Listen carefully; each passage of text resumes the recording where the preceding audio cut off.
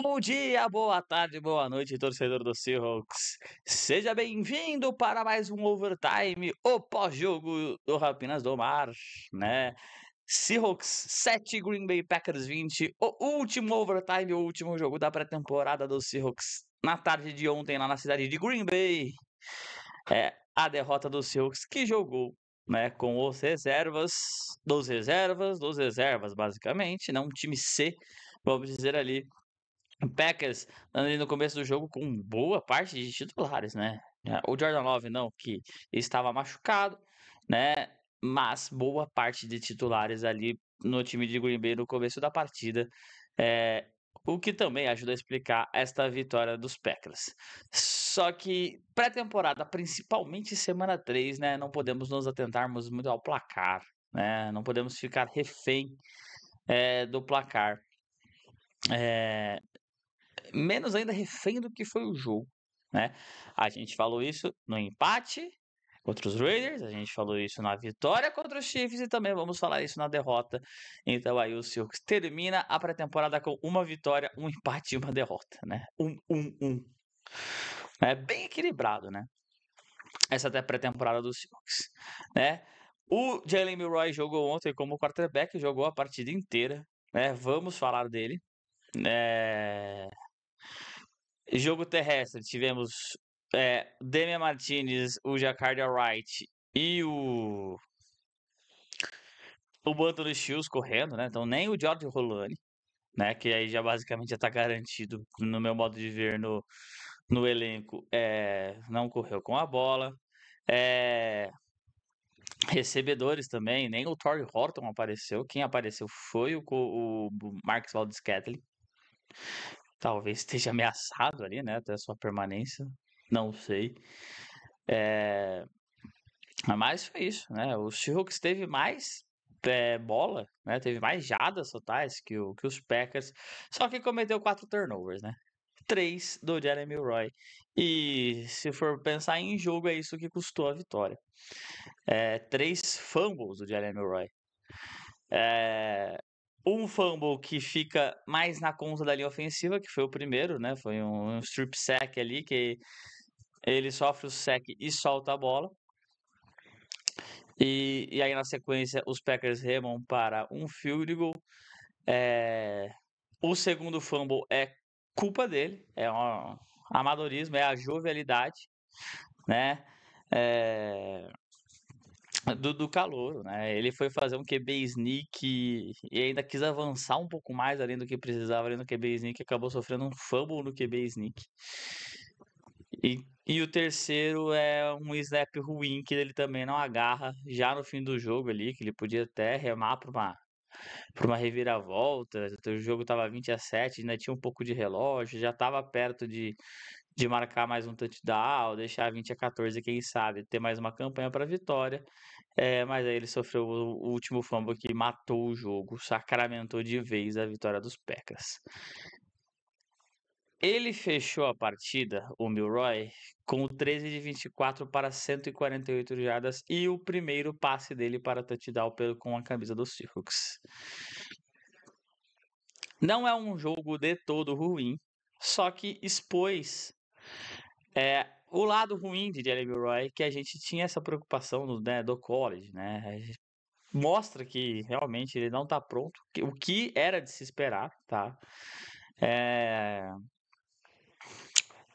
A gente às vezes até se entusiasma um pouco, a gente até lembra os comparativos da história com a história do Russell Wilson, de ser draftado na terceira rodada, de vir numa free agency que o time trouxe outro quarterback, no segundo ano do treinador, as semelhanças, né, com a chegada do Russell Wilson, mas são jogadores muito diferentes. O Russell Wilson estava muito mais pronto. O Milroy precisa de um tempo ali de banco para aprender, né, o ritmo da NFL. E os fumbles custaram caro, né? Os dois primeiros custaram 10 pontos. A diferença foi de 13. E outro ponto também, ele não conseguiu converter quartas descidas. O Seahawks fez para 4 quartas descidas, se eu não me engano. Ele não conseguiu converter nenhuma.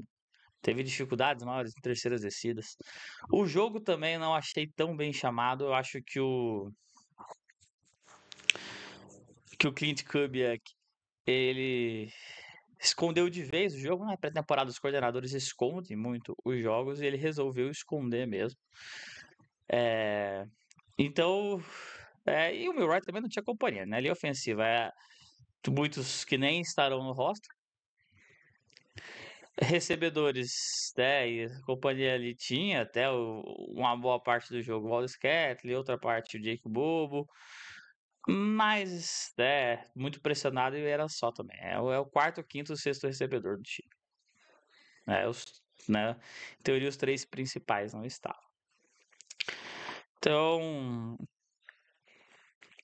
é um jogo para quem tava assim, muito na expectativa, né? Sossegar e entender que, inclusive, se Sam Darnold tiver uma lesão, machucar qualquer coisa, quem vai jogar é o Drew Lock, tá? Já fiquemos com a certeza disso. Outros destaques, né? O Jacardia Wright, running back, teve mais um bom jogo. Devo dizer que, no meu ponto de vista, ele fez uma pré-temporada, inclusive, melhor que a de Damian Martinez. Acredito que o Damian Martinez, se formos com 4 running backs, o Damian Martinez fará o roster e ele não. No texto de hoje, o Ale até explica isso, por uma questão de uma parte mais contratual. É mais fácil você trazer o Jacardi Alright pro Practice Squad do que você trazer o Damian Martinez. Então, por conta disso, o Damian Martinez possa ter a preferência. Mas que a pré-temporada do Jacardi Alright foi melhor, foi. Inclusive, ele teve uma corrida de 61 jardas. Que foi, acho que, o melhor momento do jogo pro Seahawks, né? Max Valdez-Scantling apareceu, não tinha aparecido nos outros jogos ainda. Não sei se isso indica uma tentativa de troca, se isso indica que ele tá perdendo espaço ali pro Torrey Horton. É difícil dizer o que indica. No meu modo de ver, hoje os Seahawks têm 3, o wide receivers 3, vamos dizer assim. Falei até isso na nossa transmissão ontem. Se ficar todo mundo, né? O Valdez-Scantling, o Jake Bobo e o Torrey Horton, vai ser os três, vão revezar ali como wide receiver 3. Mas o Valdez-Scantling, talvez até não diria vaga no roster de questão de ser cortado, porque ele tem 3 milhões garantidos, né? Inclusive, parabéns ao John Schneider por esse contrato. Mas se chega uma proposta de troca, o Seahawks não faria de muita dificuldade para ter essa troca, tá? Do lado defensivo, destaque para o Tai Okada, que fez uma interceptação fenomenal. É uma interceptação de defesa de goleiro no futebol, né? Ele deu uma ponte para interceptar a bola, mão por baixo, não deixou cair logo no começo do jogo, né? Interceptou o time titular dos Packers, né? O Malik Williams era o quarterback, né? Então esse destaque positivo e também para o Jared Ivey, perdão, um dos nossos outside linebackers ali, um dos nossos edges, que é um jogador não draftado e é uma das apostas para sempre aquele jogador não draftado que faz o roster. Então eu fiz essa aposta logo no pós-draft e vou continuar com ela, que Jared Ivey estará no roster na quarta-feira. O J.R. Singleton também fez um jogo ok. É jogador de linha defensiva, mas não acho que seja bastante para ele brigar por posição, mas pode ser um bom jogador ali de practice squad. No mais, nada de muito a se destacar do jogo. Como eu falei, é um monte de gente que a gente já sabe que vai ser cortado. São poucas posições ali que tem uma briga ou outra ali por vaga no roster. Né? Então, talvez alguns, né, esses que eu citei, coloquem, né, uma pulga ali na orelha dos treinadores para conseguir a vaga, né? Por exemplo, né, a gente tem ali talvez uma vaga de safety aberta. Se a gente pensar que a gente tem o Julian Love, a gente tem o Kobe Bryant, a gente tem o Nick Emanuori E você não tem um quarto safety assim segurado. Se for só com os 4, ainda acho que pode ter mais um ali, porque o Emmanuel ele tá jogando muitas em outras posições. Você vai levar quem? O D'Anthony Bell, o Derrick Reed, o Tai Okada. O Tai Okada fez uma baita interceptação ontem, como eu falei. Pode ter garantido a sua vaguinha no roster com ela, né? No mais é isso, o D'Anthony Bell, que diziam que estava fazendo uma bela pré-temporada, fez belos treinos, né, na pré-temporada, fez mais um jogo horrível por parte dele. E no desempate ali, com certeza, ele estará fora. Talvez algum destaque é para alguns jogadores que não tiveram, né, no jogo de ontem e que talvez mostra que já estejam com as vagas garantidas. Caso do Brandon Field, jogador de linha defensiva, o Josh Jobe, né, cornerback, que vai ser um dos cornerbacks reservas, talvez até na frente do Shaquille Griffin ali, que o Shaquille Griffin teve que ir pro jogo. Então, tem tem esses destaques, né? E o Christian Haynes também não foi pro jogo. Mike McDonald disse que ele tinha uma lesão, que não era nada preocupante, mas não quiseram arriscar. Mas pode ser também um indicativo de que estão buscando uma troca ali pelo Christian Haynes. É isso.